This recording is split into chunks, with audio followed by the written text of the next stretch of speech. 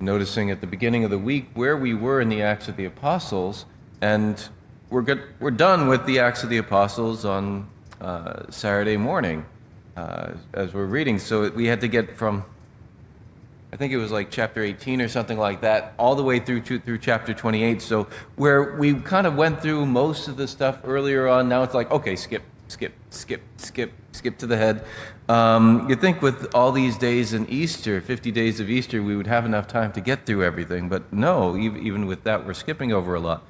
So here we have this section where Paul, there was this issue where they thought he had brought a Greek person, a non-Jewish person, into the temple area, and he hadn't.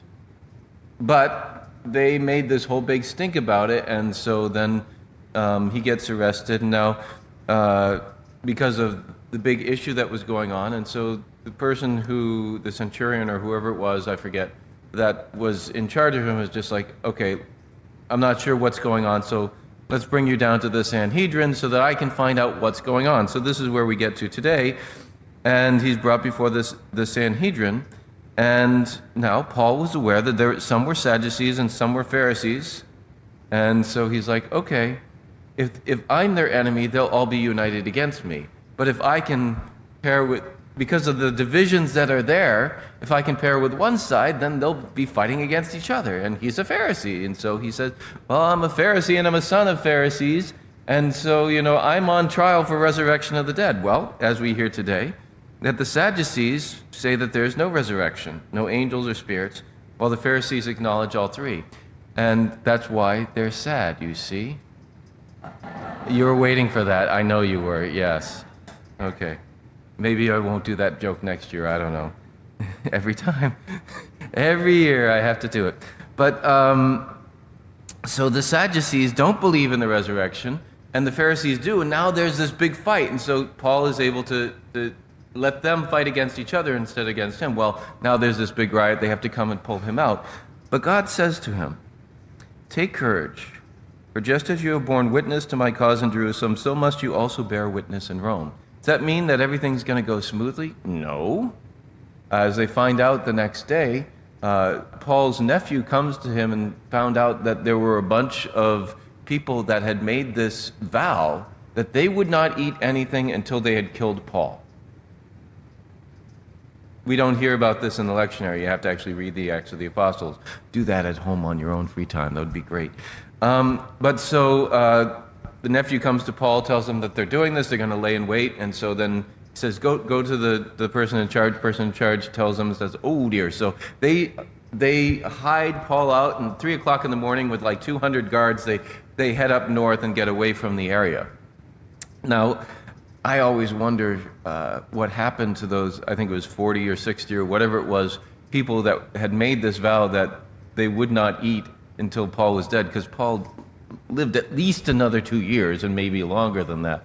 Saying, so did they all die of starvation? What happened? I don't know. The Acts of the Apostles doesn't tell us that. But we know things don't go smoothly for Paul. He ends up kind of in this thing where they bring people up to fight against him, and they say, well, let's go back to Jerusalem. And Paul knows that if he does, then they're going to try to kill him. So he appeals to Caesar, and so then he has to wait for them to actually send some people to Rome. And so he's waiting for months and months and months.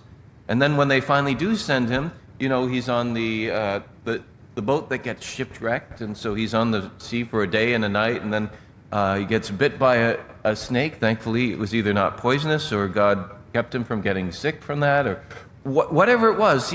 Things didn't go smoothly for Paul, but he knew God has said, you're going to Rome to proclaim and be a witness to my mercy there.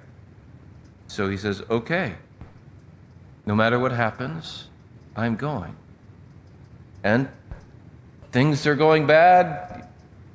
Looks like he's going to get killed, but no, things get taken care of. We hear in the psalm today, the psalm response is, keep me safe, O God, you are my hope. That he was able to trust, God is leading me. Even though I don't see, even though it doesn't make sense, God is leading me, and so I trust him. And in our lives, if we follow Christ, he will keep us safe. Does that mean that nothing bad will ever happen? Nope. But he'll be with us. He'll be walking with us through every struggle, through every trial.